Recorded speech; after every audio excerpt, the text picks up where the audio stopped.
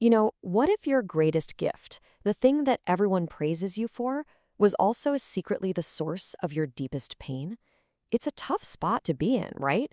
Well, today we're digging into a story that's about 2,500 years old, about a man who knew that feeling all too well. His name was Vangīsa. And really, that brings us to the heart of the matter. This is the central question of Vangīsa's entire life. Here's a guy defined by this incredible creative fire, but that very same fire was threatening to burn him to the ground. His story, honestly, is just an amazing case study in what it means to truly transform. So let's get to know him. Vangīsa was a poet, and not just any poet. He was a genius, famous for whipping up amazing verses on the spot. So he decides to become a monk to find some deeper truth. But you can probably guess, the quiet, disciplined life in a monastery, well, it was a massive shock to his system. It's not like his old habits and desires just vanished overnight. Pretty soon, his mind basically becomes a battlefield.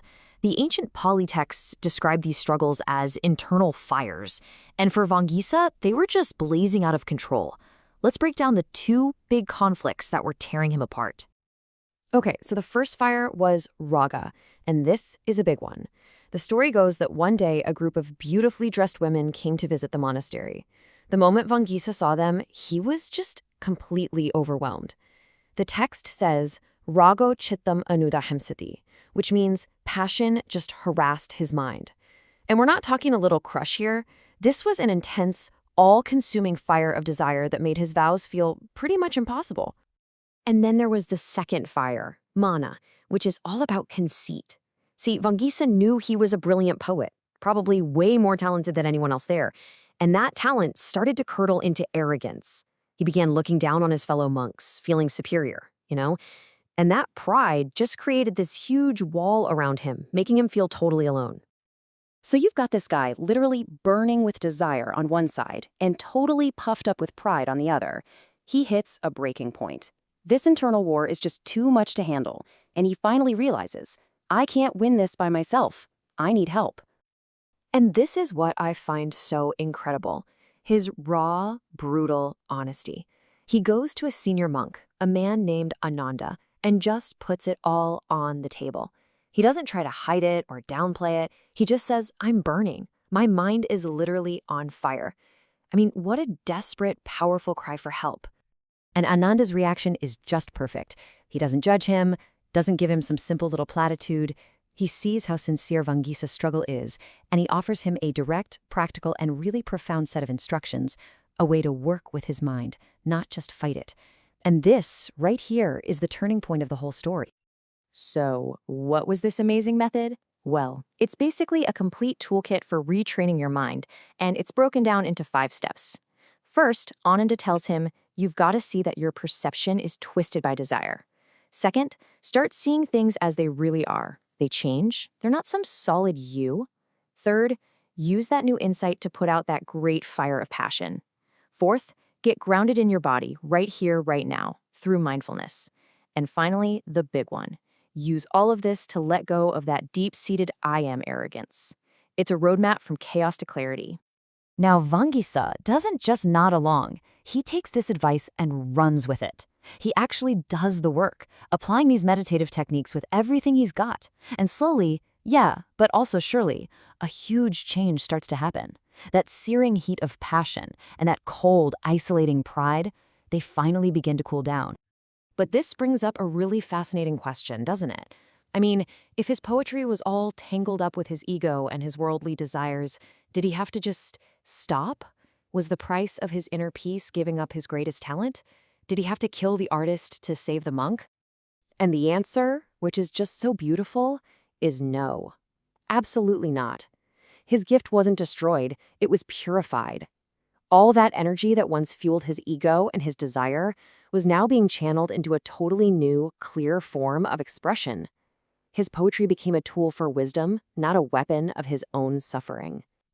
And you can see the change so clearly right here. Instead of writing poems about his own feelings or his own genius, he sees the great disciple Sariputta teaching, and he just spontaneously bursts into a poem praising Sariputta's wisdom. His whole focus has shifted from me to you. Here's another one. This is a verse he composed for the Buddha. He calls him the one who has removed the arrow of craving. Just think about that. He's using his poetic gift to describe the very freedom that he was once so desperate to find himself. His burning desire has been transformed into pure devotion.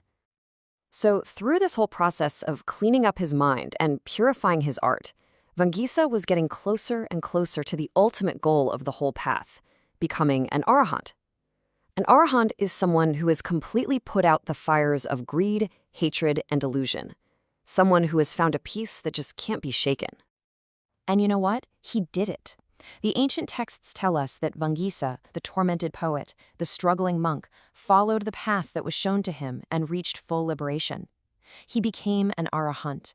The war inside his mind was finally over, and he had won. In his final verses, he looks back on his own life with this incredible clarity. He says, "Intoxicated with poetry, we once wandered from village to village." He sees his old self, not with judgment, but with understanding. And then he names that critical turning point. Then we saw the fully awakened one. And this is his final, powerful declaration of freedom. The three higher knowledges. That's like the pinnacle of insight in this tradition. And when he says the Buddha's teaching is done, he means his own personal work is finished. There's nothing left to do. The training is complete. So here's the main takeaway. That same fire of passion and creativity that once nearly destroyed him became the very fuel for his awakening. He didn't get rid of the fire by stamping it out.